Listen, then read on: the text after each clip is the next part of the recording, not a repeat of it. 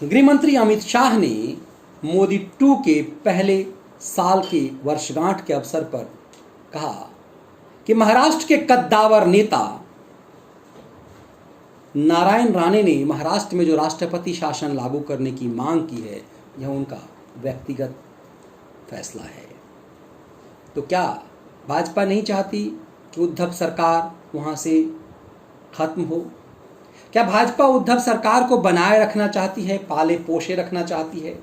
क्योंकि कमोबेश इसी ढंग की बात पूर्व मुख्यमंत्री देवेंद्र फडणवीस करते हैं। देवेंद्र फडणवीस कटाक्ष करते हैं उद्धव सरकार पर, लेकिन ये कहते हैं कि वो सरकार अपनी मौत मरेगी, हम उसे गिराने की कोशिश कतई नहीं करेंगे।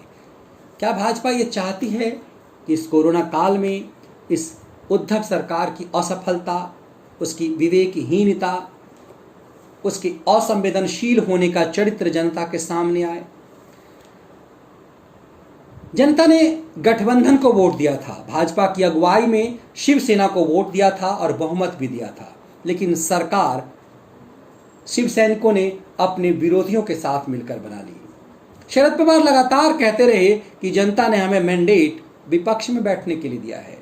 अंतिम समय तक वो पत्ते नहीं खोलते रहे, लेकिन अंदर अंदर उन्होंने सरकार बनाने की पूरी तैयारी अपने सबसे विरोधी दल शिवसेना के साथ कर ली। साथ में कांग्रेस को भी लाए। कांग्रेस को लाना उनके लिए बेहद मुश्किल था। न राहुल तैयार थे, न सोनिया तैयार थी। हाँ, महाराष्ट्र कांग्रेस के लोग सत्ता से बहुत दिनों तक बाहर होने के कारण बेचैन थे और वे चाहते थे कि किसी तरह से सत्ता में प्रवेश हो, लेकिन राहुल या सोनिया कोई भी शिव सैनिकों के साथ गठबंधन की सरकार बनाने के लिए राजी नहीं थे। सरकार बनी तो अहम मंत्रालय शरद पवार ने अपनी पार्टी को दिलवा दी, खुद अपने भतीजे को उप मुख्यमंत्री बना दिया और देश और प्रदेश का गृह मंत्री भी अपनी पार्टी के नेता को बनवा दिया। ऐसे में एक तरह से यह देखने को मिल गया कि महाराष्ट्र की जो सरकार है वो शरद पवार चला रहे हैं। शरद पवार के शिष्यों ने भी यह कहना शुरू कर दिया कि ये सरकार शरद पवार के अनुभव के आधार पर चल रही है। तो ये संकेत जाने लगा कि कहने के लिए सिर्फ प्रदेश में शिव सैनिकों की सरकार है, लेकिन कुछ भी कहने के लिए हो जाए। कांग्रेस का दर्द ये रहा कि सरकार तो शिव सैनिकों की है, चल शरद पवार की पार्टी की रही है और सब कुछ जा उसका रहा है। इसीलिए कांग्रेस पार्टी के नेता संजय निरुपम ने कहा कि अपयश जो है, ये अपयश कांग्रेस सिर्फ ले रही है। सरकार का डोर यहीं से निकलता है। तो क्या केंद्र की सरकार वहां राष्ट्रपति शासन लागू करके कोई अपयश नहीं लेना चाह रही?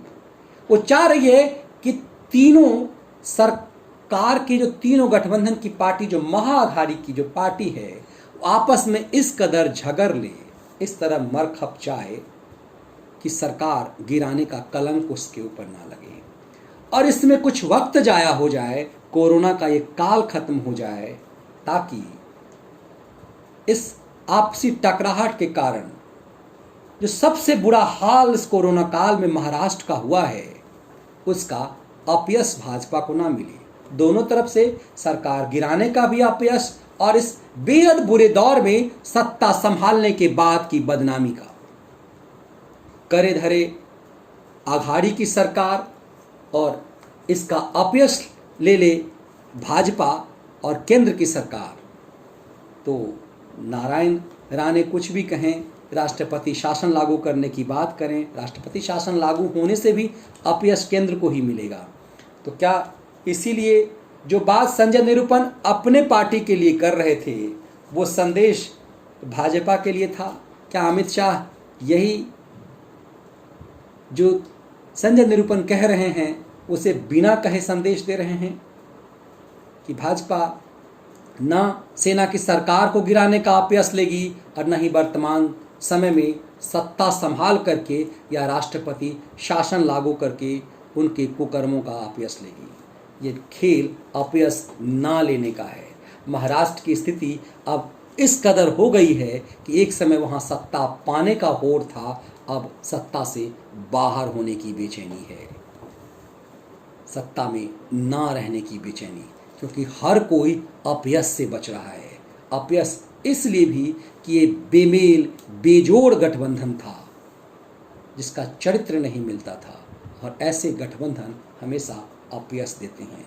इस अपयश की कीमत महाराष्ट्र की जनता चुका रही है। इस अपयश की कीमत प्रवासी मजदूर चुका रहे हैं। यही कारण है कि महाराष्ट्र सबसे ज़्यादा प्रभावित हुआ, सबसे ज़्यादा बदहाल हुआ। ये बदहाली कब तक चलेगा? ये अपयश ना लेने का होड़ कब तक चलेगा?